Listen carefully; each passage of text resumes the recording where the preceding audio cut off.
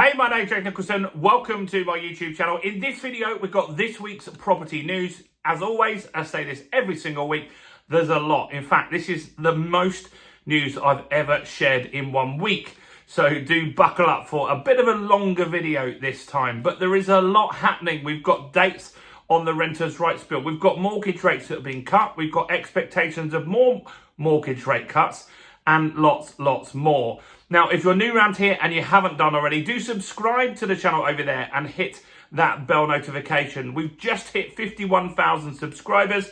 And by subscribing, you'll get all the latest house price news, interest rate news, property investing tips, and much more. Also, let's get some views on this video. Your part in that is very simple. All you need to do is smash like, tickle like, do something to that like button. That helps with the YouTube algorithm, and that really has helped the channel grow. So thanks to everyone that does that. So, what is going on? A lot is going on. That is the truth here. Let's start going through these things. First, we had some more house price data, and this time was from Halifax. And they said house prices are up 0.3% for the month. That's a fairly decent increase because they had a 0.5% increase. So nationwide and Halifax have seen some growth after a relatively flat year this year. And I think all in all, once we get to that final December data, I think you're going to be looking at around 1% house price growth in 2025, which in real terms means that house prices have actually gone down in value. So that's where we are on that. Next, let's talk about Lloyds. So we did a popular video this week on Lloyds. They are looking to become the biggest landlord in the UK. I think the biggest landlord has around 18,000 properties. They have 7,500 properties at the moment, but their expansion is crazy. They are looking to buy 70,000 more additional properties by 2030. 70,000 more additional properties by 2030, which is a huge jump. Now, I've seen videos on this kind of stuff where people talk about BlackRock and Lloyds, and they say, look, these guys are going to come, they're going to buy your houses, and we'll all be slaves to the Lloyds and BlackRock. But that's not what actually is going to happen here, because Lloyds don't want to buy. Let's just say you've got a block of flats and there's one unit for sale. They're not interested in that, because that means that they'd have to go to management meetings, they'd have to get all involved in that, different service charges. It'd be too much admin for them. And again, they don't just want to buy one old house somewhere. What they're doing is partnering with developers, and they're building to rent. They're building whole estates. They're building blocks of flats. Very different to what the perception is and the fear that a lot of people share online.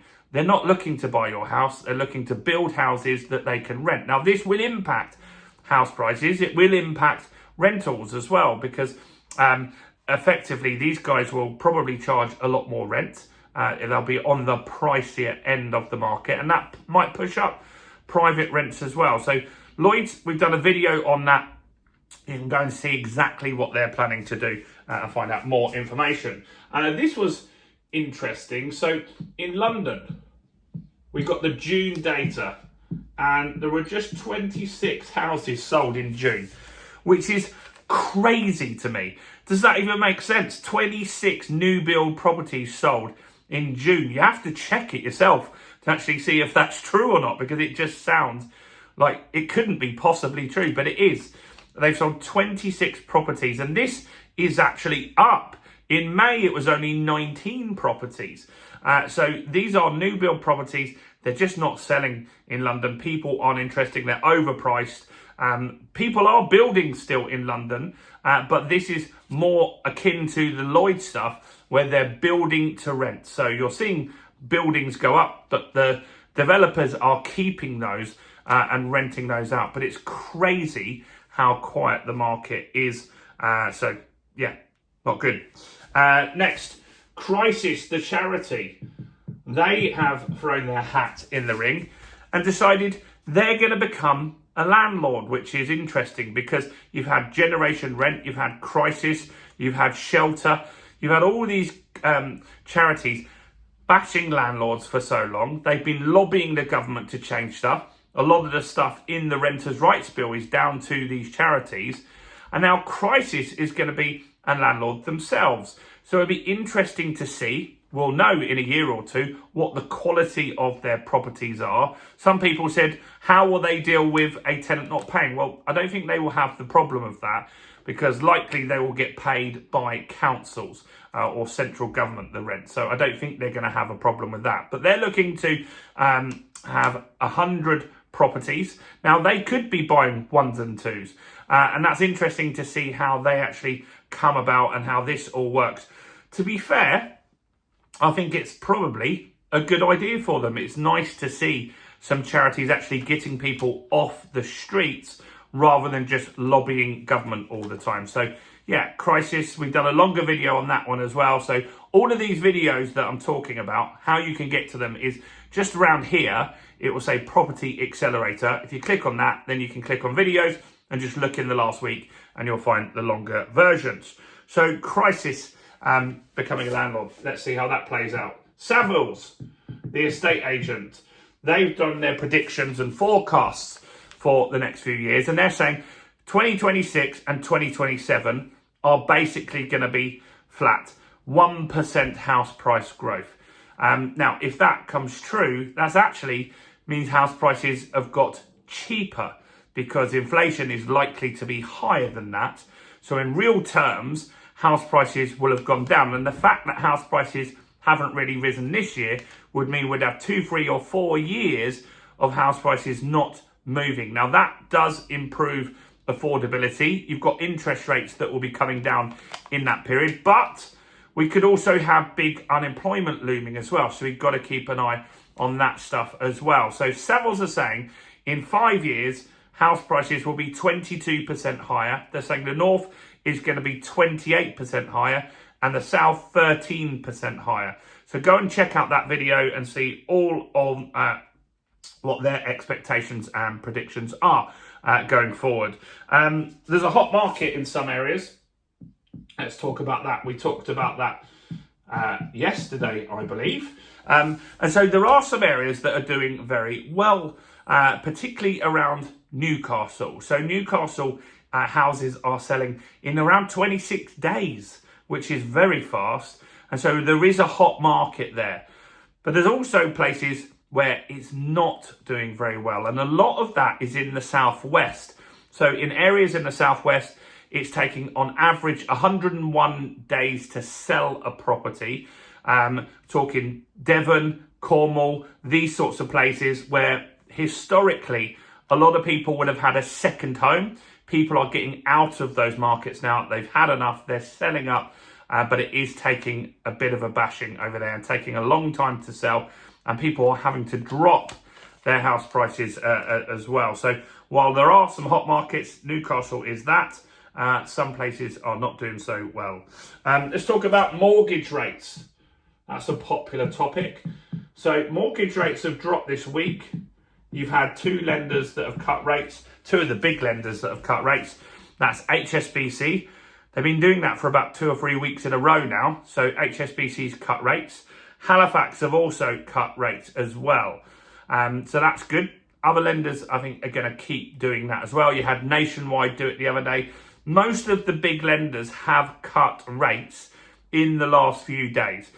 So that is a positive, or at least in the last 2-3 weeks. So mortgage rates are moving down and you're getting a bit of a price war, which I think will continue for a few weeks. And it all is leading up to the Bank of England cutting rates. So if the Bank of England cut rates in December, I don't think you're going to see lots of lenders cut rates after that. I think they're doing it ahead of time like they did in the summer. Swap rates.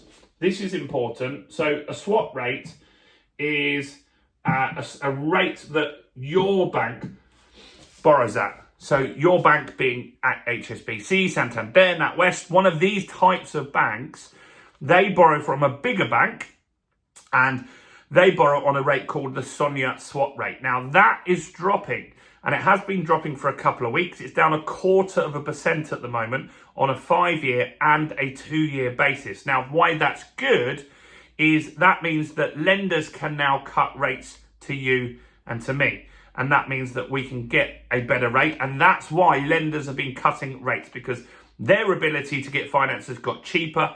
And so they're passing it on because the market is quiet. So they're trying to drum up some business by doing that. We'll keep an eye on that, and hopefully that will continue to drop over the next few weeks and months. So that's another positive story. Next, the biggest story that we've got a video coming out tomorrow morning on. So if you haven't done, make sure you subscribe and hit that bell notification so you don't miss on this. Yeah, but the renters' rights are the big story this week. It's just happened. The government have announced that 1st of May is when the first phase of the renters' rights bill is going to be implemented. The pet stuff, the rolling contracts, they're pretty straightforward. I mean, a rolling contract's not going to make problems for landlords, I don't think. Pets, you've got to consider pets, but you don't have to have them. You've just got to consider them. So I think that's going to be something that's pretty straightforward as well. But the bad news that's snuck in there is that they're saying that Section 21 will be gone by May 1st. You can issue Section 21s all the way up until May 1st. My estate agent my letting agent in Hastings has said they've never had, this was a week and a half ago, they've never had so many Section 21s.